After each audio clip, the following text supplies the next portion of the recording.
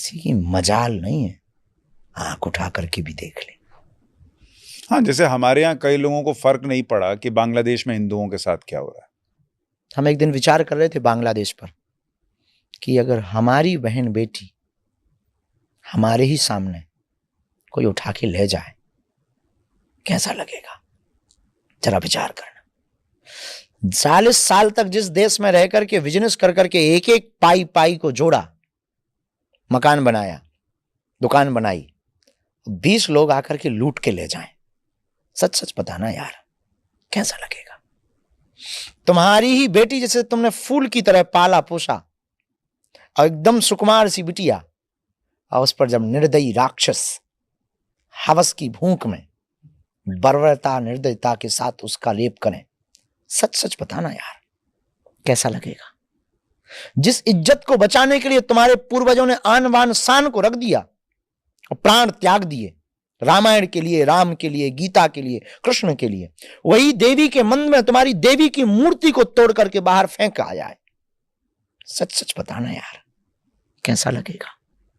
जिस देश में तुम रहते हो उसी देश में तुमको अल्पसंख्यक देश छोड़ो ऐसा चिल्लाया जाए, और तुम्हारे पूर्वजों ने उस देश को आजाद कराने के लिए, बांग्लादेश के लिए तुम्हारे पूर्वजों ने भी कुर्बानी दी और देश के साथ खड़े रहे, और तुम्हें उसी देश में गाली देकर के कहा जाए देश छोड़ो, बांग्लादेश छोड़ो, हिंदुओं देश छोड़ो, और वहां पर तुम्हारी दादाओं की यादें, दादी की यादें, नाना की याद, पिता की यादें, वो दरवाजे, वो आंगन, वो घर, वो चौखट, वो इमली का पेड़, वो आम का पेड़, वो नीम का पेड़, सच सच बताना यार कैसा लगेगा।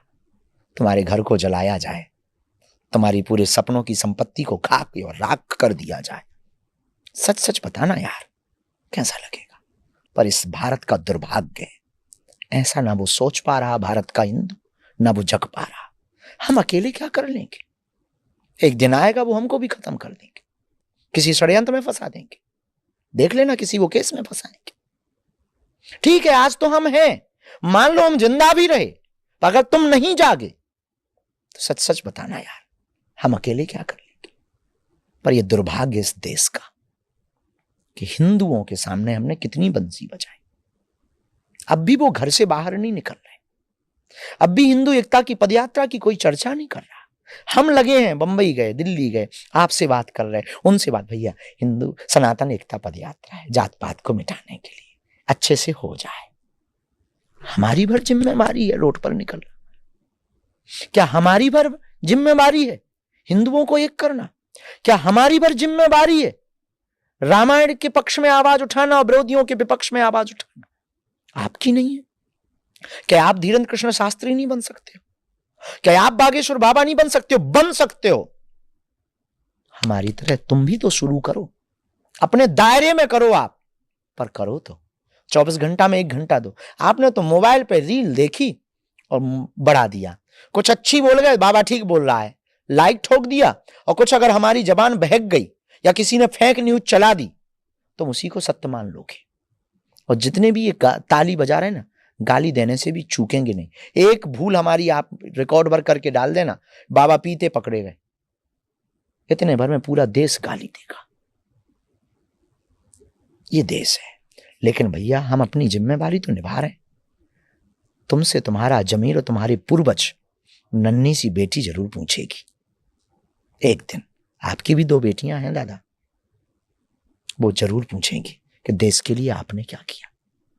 हमने तो किया, हम तो कर रहे हैं, मरते दम तक हम तो करेंगे, पर आपसे तो पूछेंगे, क्योंकि जो कोलकाता की बहन मरी है, जिसका रेप हुआ है, वो तो भारत से पूछ रही है। बांग्लादेश के जिन हिंदुओं का घर जला है वो भारत के हिंदुओं से पूछ रहे, तुमने तैयारी की कुछ, या तुम भी ऐसे ही जलवा के जाओगे। हिंदू का मतलब सबका सम्मान करें। मैं कई बार ये भी कहता हूं महाराज जी कि जैसे किसी लड़की को बीच चौराहे पर अगर कोई छेड़ता है तो वो लड़की इसलिए नहीं छेड़ी गई क्योंकि वहां 2 गुंडे थे या वहां 2 असामाजिक तत्व थे, वो इसलिए छेड़ी गई या उसके साथ गलत इसलिए हुआ क्योंकि वहां जो 20 लोग खड़े थे वो सब चुप रहे। क्या बात है, उन्होंने कुछ बोला नहीं। ये बहुत